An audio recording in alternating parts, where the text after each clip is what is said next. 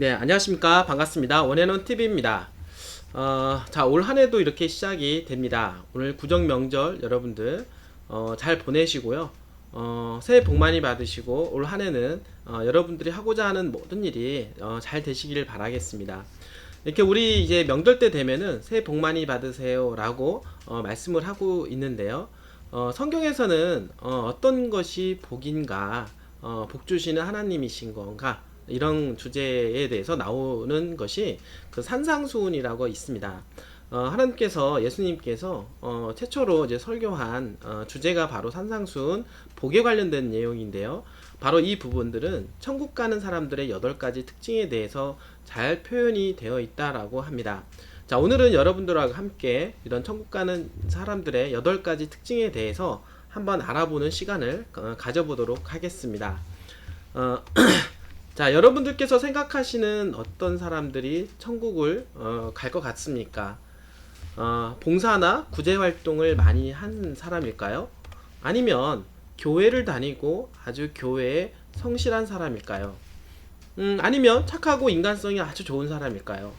자, 예수님께서는 천국에 가는 복 있는 사람을 다음과 같이 말을 하고 있는데요. 바로 산상수훈입니다.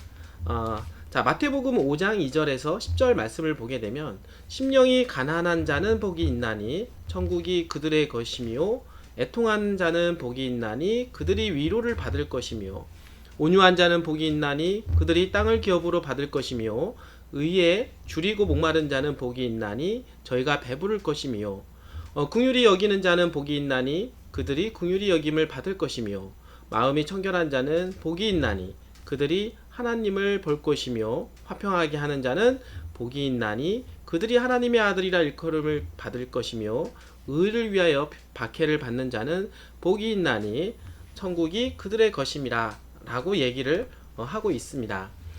예수님께서는 이 8가지 특징의 사람들이 복이 있다, 천국에 갈 수 있다라고 하셨는데요. 이들은 과연 어떤 사람인지 다시 한번 자세히 한번 알아보도록 할까요? 자, 첫 번째, 그 심령이 가난한 자입니다. 이렇게 성경은 얘기하고 있습니다. 심령이 가난한 자는 복이 있나니 천국이 그들의 것이며 라고 말입니다. 한번 말씀을 드려보면 가난한 사람들은 그 먹을 것이나 복권 당첨, 좋은 집을 꿈꾸는 것처럼 심령이 가난한 사람들은 하늘을 사모하고 마음속에 평화와 깨끗한 의를 사모하는 사람들이 것입니다. 심령의 빈곤함을 느끼는 사람, 자기 자신에게 선한 것이 없다는 것을 깨닫는 사람, 이런 사람들은 예수님을 발견함으로 의와 구원을 얻기에 복이 있는 사람입니다. 심령이 가난한 사람들은 세상에 대하여 가난한 사람들입니다. 물질적인 가난함보다는 세상의 것으로 그들의 마음을 채우는 것에 만족함을 느끼지 못하는 사람이기 때문이죠. 그렇기에 하나님께서는 이들을 믿음으로 부유하게 해 주시는 것입니다. 예수님께서는 우리의 심령의 가난함을 예수님의 은혜의 부요함으로 채우기를 원하시며 이런 사람들은 예수님의 부요함을 즐겁게 받아 그들의 것으로 삼을 것입니다. 자, 두 번째, 애통하는 자. 자, 애통하는 자는 복이 있나니 그들이 위로를 받을 것이며 이렇게 얘기하고 있습니다. 자, 애통하는 자는 그 삶이 어렵고 힘들어서 슬픔으로 마음이 가득한 사람이 아닙니다. 팔복에서 애통하는 마음을 가진 사람이라고 하는 이 뜻은 진정한 마음으로 죄를 슬퍼하는 것을 말하는 것이죠. 십자가에 달리신 예수님을 바라보며 자신의 죄를 인해 희생당하심을 깨닫고 자신의 죄 때문에 죽으신 그 주의 희생과 사랑을 짓밟으면서까지 죄를 더 사랑해온 자신의 과거를 돌아보며 예수님에게 자신의 마음이 크게 아픔을 느끼는 사람입니다. 즉, 자신의 죄로 하나님과 관계가 분리된 것을 너무나 슬퍼하는 것을 말하는 것이죠. 이런 사람들의 마음이 위로를 받을 것이라고 약속했습니다. 애통하는 사람들은 자신이 받은 용서의 기쁨을 알게 됩니다. 그리하여 성령을 받을 수 있게 되는 것이죠. 자, 여러분들은 자신의 죄가 예수님을 찌른 그 못이었다라는 것을 깨닫고 계십니까? 그 사실에 가슴이 찢어지게 애통해 보셨습니까? 그리하면 주님의 위로를 얻게 될 것입니다. 세 번째, 그 복이 있는 자는 온유한 자라고 얘기를 하고 있는데요. 온유한 자는 복이 있나니 그들이 이 땅을 기업으로 받을 것이며 라고 얘기하고 있습니다.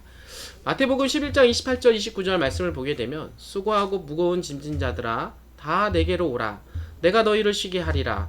나는 마음이 온유하고 겸손하니 나의 멍에를 메고 내게 배우라. 그러면 너의 마음이 쉼을 얻으리니. 자, 우리의 마음은 억울한 일과 분한 일이 있으며 화가 나거나 감정이 휘몰아칩니다. 그러므로 우리의 마음에는 쉼이라는 것이 존재하지 않습니다. 그러나 예수님은 온유하신 분이십니다. 그분은 다른 사람이 어떻게 취급하든지 복수하지 않고 잠잠히 있는 마음을 가진 분입니다. 그래서 예수님은 우리에게 그 마음을 배워 쉼을 얻으라고 하시는 것이죠. 예수님은 십자가에서의 핍박과 그 조롱 속에서 어떠한 반응을 하셨나요? 그는 온유함 가운데 있었습니다. 그분은 잠잠했습니다. 아니, 그분은 오히려 핍박하는 자들을 위해 기도했습니다. 온유한 사람, 그들은 조롱과 핍박 속에서도 자신이 잘못 취급당했을 때에도 예수님과 같이 인내함으로 그들을 대하는 사람들, 그런 사람들은 예수의 마음을 품은 자들입니다. 그리고 네 번째, 의에 줄이고 목마른 자. 의에 줄이고 목마른 자는 복이 있나니 저희가 배부를 것이며 라고 하고 있습니다. 의란 과연 무엇일까요? 의로움이란 사람에게 어울리는 말이 아닙니다. 이 말은 오직 하나님에게만 어울리는 말인데요. 시편 119편 172절에 보게 되면 주의 모든 계명이 의로우시다라고 말하고 있습니다. 이 말씀과 같이 하나님의 의로우심은 바로 계명입니다. 그러나 사람은 이 계명을 지킴으로 의로워질 수가 없습니다. 왜냐하면 계명은 우리에게 죄가 무엇인지 알려줄 뿐 계명 자체가 우리를 의롭게 하지 못하기 때문이죠. 그래서 의에 줄이고 목마른 자들은 하나님의 의를 사모하고 지키고 싶은데 자신의 힘으로는 되지 않는다는 것을 깨닫는 사람들입니다. 그러한 사람들은 그리스도를 믿음으로 의를 얻기 때문입니다. 이와 같이 율법이 우리를 그리스도에게로 인도하는 몽학 선생이 되어 우리로 하여금 믿음으로 말미암아 의롭다함을 얻게 하려 함이니라. 갈라디아서 3장 24절 말씀입니다. 의에 줄이고 목마른 자는 복이 있나니 저희가 배부를 것이며. 자, 이 믿음으로 의로움을 얻었으니 그럼 계명을 안 지켜도 되는 것일까요? 그렇지는 않죠. 다시 말하지만 의는 하나님의 계명이고 의에 줄이고 목마른 자들은 의를 사모하는 사람들이며 계명을 통해 나타난 하나님의 사랑과 성품을 아는 사람입니다. 그러므로 그들은 그리스도의 믿음과 의로움을 통해 그 계명을 지킬 수 있게 되는 것이죠. 하나님께서 우리를 사랑함으로 그의 독생자를 보내신 그 희생에 감동함으로 또 예수 그리스도의 희생과 사랑, 성품의 감동으로 우린 그 새 마음을 얻어 의를 사모하게 되고 갈망하게 되어 그것을 구하며 그리스도의 의를 힘입어 우리도 의의 계명에 순종하게 되는 것입니다. 긍휼히 여기는 자 복이 있다고 하십니다. 긍휼히 여기는 자는 복이 있나니 그들이 긍휼히 여김을 받을 것이며. 자, 사랑을 받아 본 사람만 사랑을 할 줄 안다는 말과 같이 긍휼히 여기는 것, 자비, 용서 또한 받아본 사람만이 할 수 있습니다. 그 이유는 사람의 본성에는 자비와 긍휼과 용서가 존재하지 않기 때문이죠.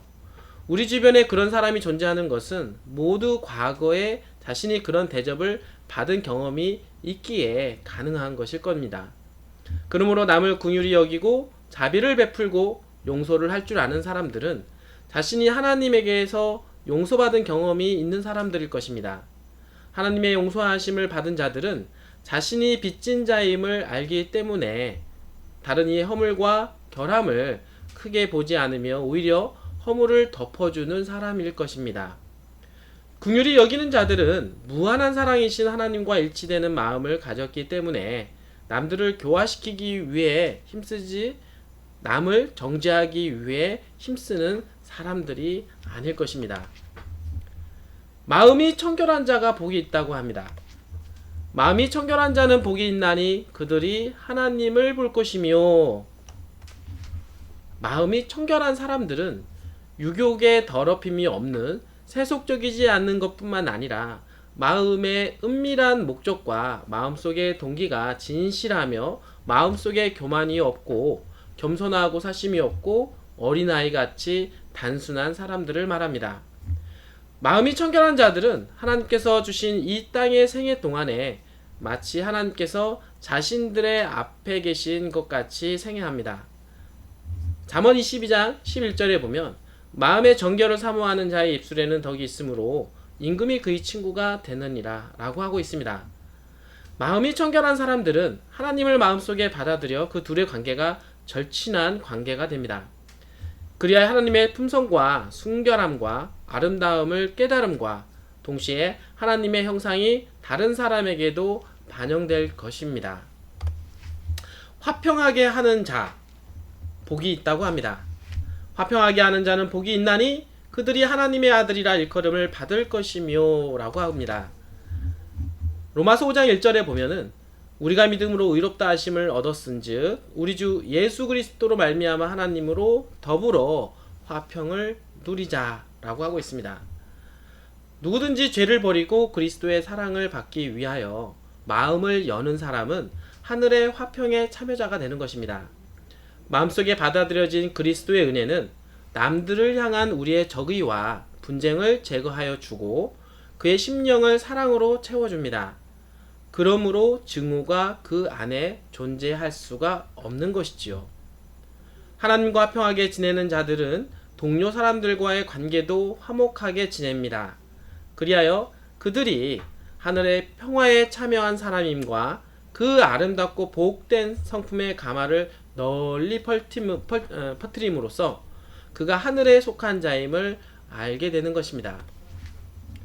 의를 위하여 박해받는 자, 복이 있다고 합니다. 의를 위하여 박해를 받는 자는 복이 있나니 천국이 그들의 것임이라. 디모데후서 3장 12절은요. 무릇 그리스도 예수 안에서 경건하게 살고자 하는 자는 핍박을 받으리라 라고 하고 있습니다. 다니엘의 세 친구 이야기 한번 해볼까요?